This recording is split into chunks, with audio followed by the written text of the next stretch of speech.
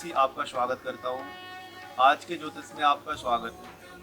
आज हम लोग एक विषय में चर्चा करेंगे, कुंडली के 12 भाव के विषय में चर्चा करेंगे और 12 भाव में आज गुरु चांडाल दोष की चर्चा करेंगे। गुरु के साथ जब केतु होता है तो चांडाल दोष होता है। आज हम चांडाल दोष विषय में चर्चा करेंगे। चांडाल दोष से क्या प्रभाव पड़ता है, चांडाल दोष मानव के लिए क्या रुकावटें खड़ी करता है। मान लिया जाए किसी जातक की कुंडली में लग्न स्थान यानी प्रथम स्थान यानी तन स्थान पर चांडाल दोष बना है, तो चांडाल दोष लग्न स्थान पर बना है तो उसके शरीर में कष्ट देगा, उसके शरीर में कष्ट देगा। और दूसरा, सप्तम दृष्टि से गुरु और केतु पत्नी स्थान को देखेंगे, तो सप्तम पत्नी स्थान को देखेंगे तो पत्नी के सुख में कमी करेंगे, पत्नी और पति में रुकावटें करेंगे, उनमें झगड़ा कराएंगे और अनेक प्रकार के कष्ट देंगे, रोजगार में समस्या खड़ी करेंगे। यही गुरु चांडाल दोष यदि दूसरे घर में बनता है तो कुटुंबों की हानि करेंगे, कुटुंब की हानि करेंगे और देखा जाए तो धन की हानि करेंगे, फिजूल में धन खर्च करवाएंगे। और वहां पे देखने के बाद अष्टम स्थान पर दृष्टि जाएगी, आयु क्षीण करेंगे, आयु को कम करेंगे और एक्सीडेंट का योग बनाएंगे।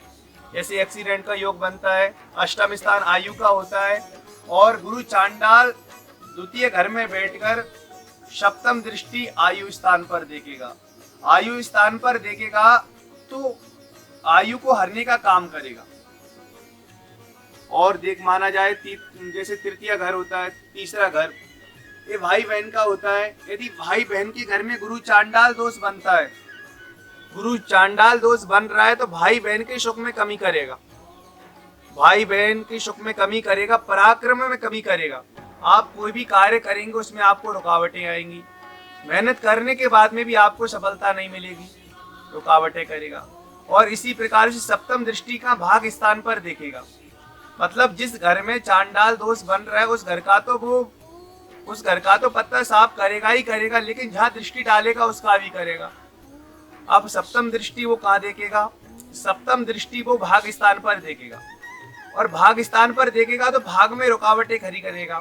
आज आप कोई बिजनेस करेंगे, आज आप मेहनत करके बिजनेस कर रहे हैं तो आपकी बिजनेस को कम करेगा, बिजनेस में आपको सफलता नहीं मिलेगी।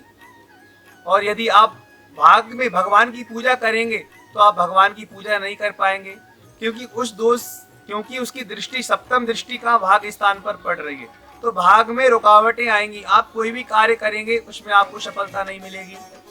अब हम आगे बढ़ेंगे, अब हम चौथे घर में आते हैं जिसे चतुर्थ घर कहते हैं। चौथे घर में गुरु चांडाल दोष बन रहा है तो माता के सुख में कमी करेगा। आप कोई भूमि खरीदेंगे तो भूमि खरीदने में रुकावटें खड़ी करेगा और आप प्रयास करेंगे कि मैं जमीन खरीदूं, मैं कोई प्लॉट बनाऊं, अपना स्वयं निज निवास स्थान बनाऊं, तो ये चांडाल दोष उसमें रुकावटें खड़ी करेगा और रुकावटें खड़ी करेगा। और उसी दृष्टि सप्तम दृष्टि कहाँ देखेगा, सप्तम दृष्टि ये पिता स्थान पर देखेगा। दसम स्थान कुंडली में पिता का स्थान माना गया है और राजस्थान भी माना गया है, जिससे सरकारी नौकरी देखते हैं कि दसम घर से सरकारी नौकरी देखी जाती है कि व्यक्ति क्या नौकरी करेगा, तो माँ के सुख में तो कमी करेगा ही करेगा और जहाँ दृष्टि डालेगा यानी पिता के घर पे दृष्टि डालेगा तो पिता के सुख में भी कमी करेगा।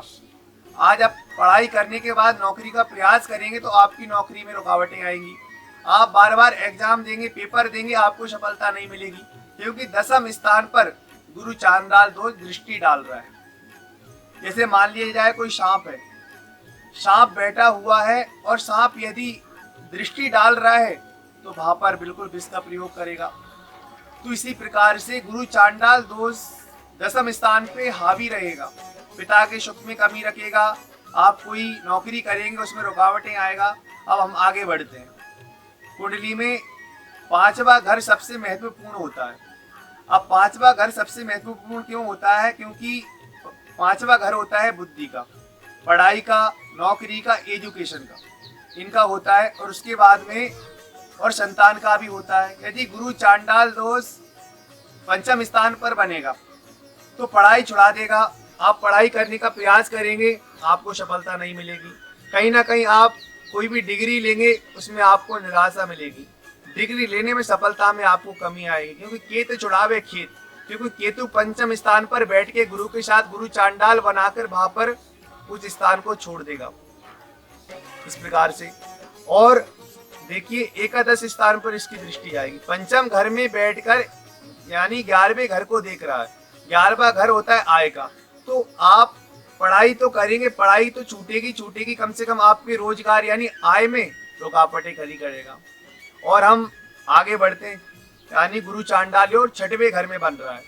तो गुरु चांडाल दो जब 6वें घर में बनेगा तो 6वें घर में क्या करेगा, गुरु जहां बैठता है उस स्थान की हानि करता है, यानी गुरु शत्रुओं की तो हानि करेगा ही करेगा। लेकिन गुरु चांडाल बन रहा है तो अब बिल्कुल जिसकी कुंडली में 6वें घर में गुरु चांडाल दोष बन रहा है उसमें झूठे केस लगाए जाएंगे, उसमें मुकदमा लगेगा और उसे हो सकता है जेल भी जाना पड़ेगा।